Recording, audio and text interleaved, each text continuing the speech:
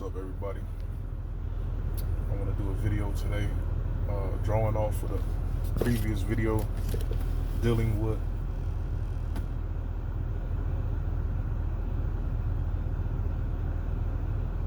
you are who you think you are.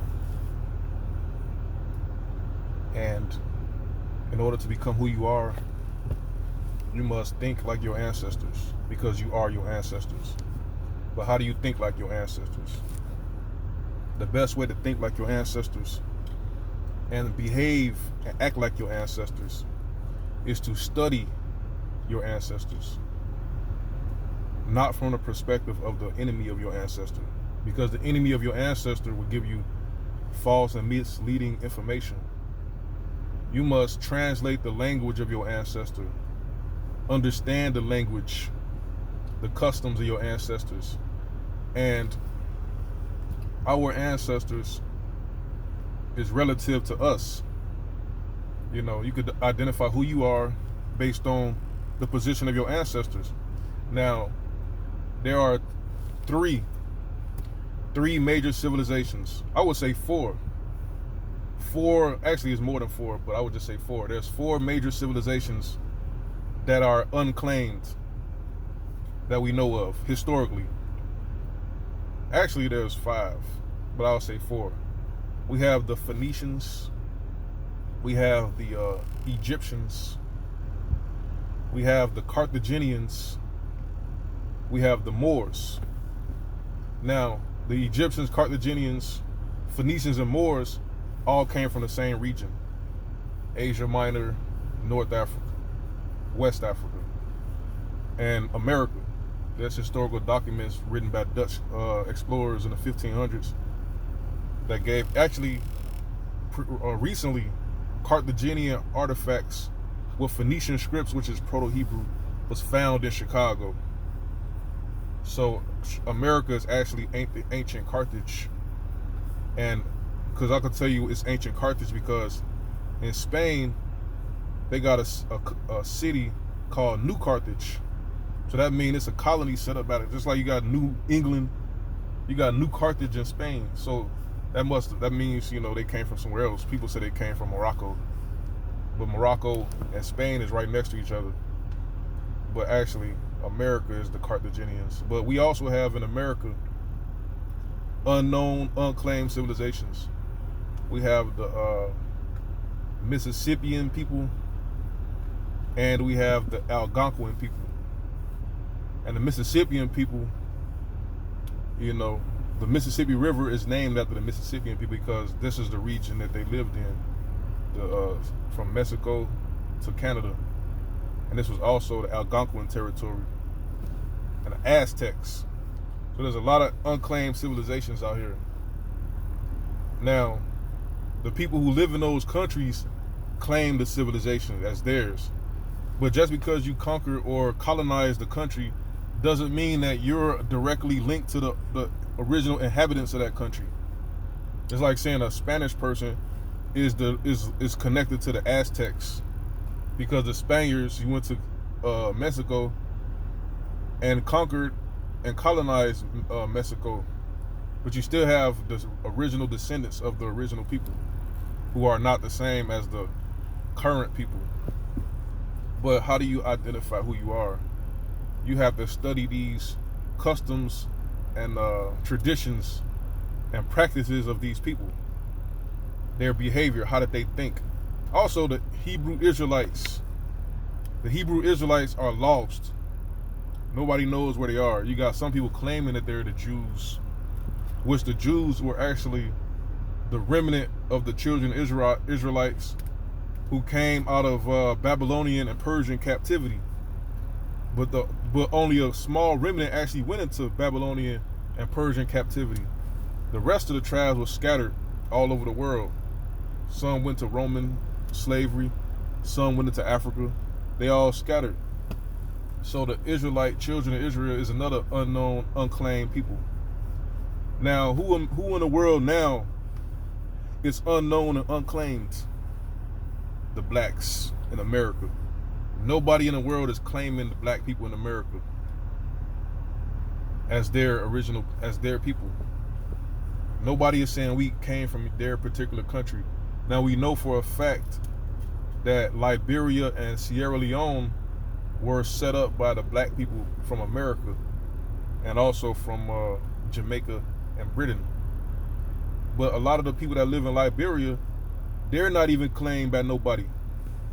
They're not claimed by Africans, and a lot of black Americans don't even know that those are their people. So they're unclaimed people that exist now, and there are unclaimed people that exist in history.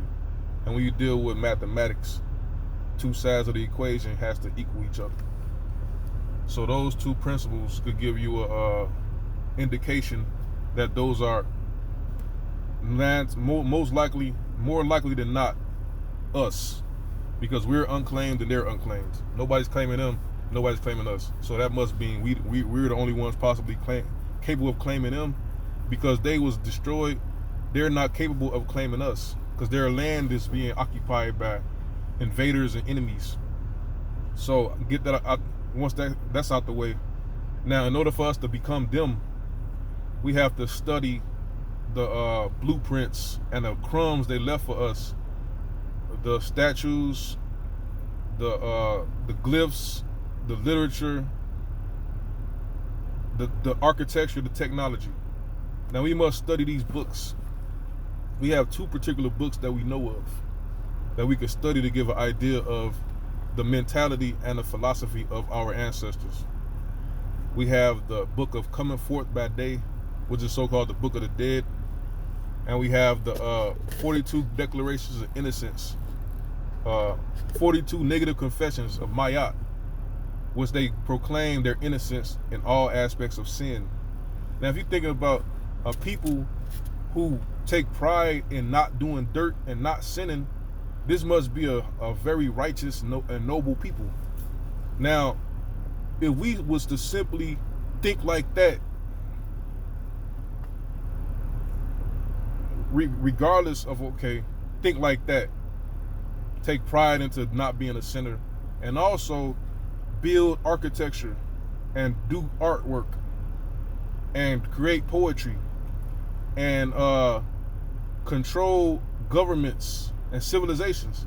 But if we just thought from the perspective of, in order for us to ascend to the next level, we must achieve the 42 negative confessions. I think I read them in one of these videos. That's one of the books that was written by one of our ancestors. And we have ancestors now from America that we could study who weren't necessarily the ancients, but they got close. We have Booker T. Washington. He wrote books up from slavery. He became a pharaoh. And when he went to England and met Queen Victoria, they all bowed to him because they saw that he was a pharaoh.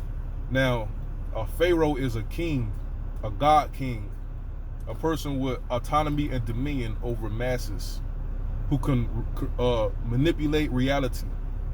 This is what Booker T. Washington had a gift in.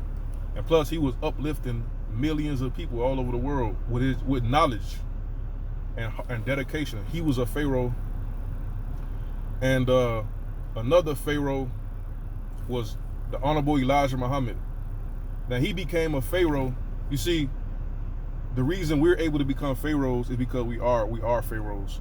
We just don't know that we're pharaohs. But the reason Elijah Muhammad became a pharaoh is because for Master Farad Muhammad, he was sent here from Asia Minor, which was what they call now the Middle East, from his father that was in Arabia, who was part of the Ottoman Empire. And they knew who we were, but we didn't know. So they sent Farad Muhammad to teach us and elevate us and bring us back to the people of the world. He said we was the lost tribe. And he say his father's uncle don't know who he is. When Farad Muhammad saw Elijah Muhammad, he saw him as a pharaoh, but he just wasn't activated. This is when you got initiation. Like when you take a phone and turn it on, the phone doesn't work unless it's initiated or activated.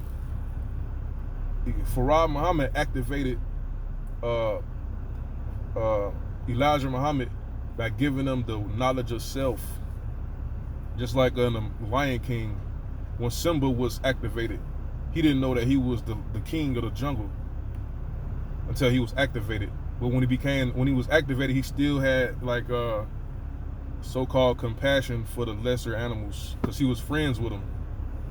But if he was never like destroyed, he would have never been able to understand and empathize with the lesser creatures.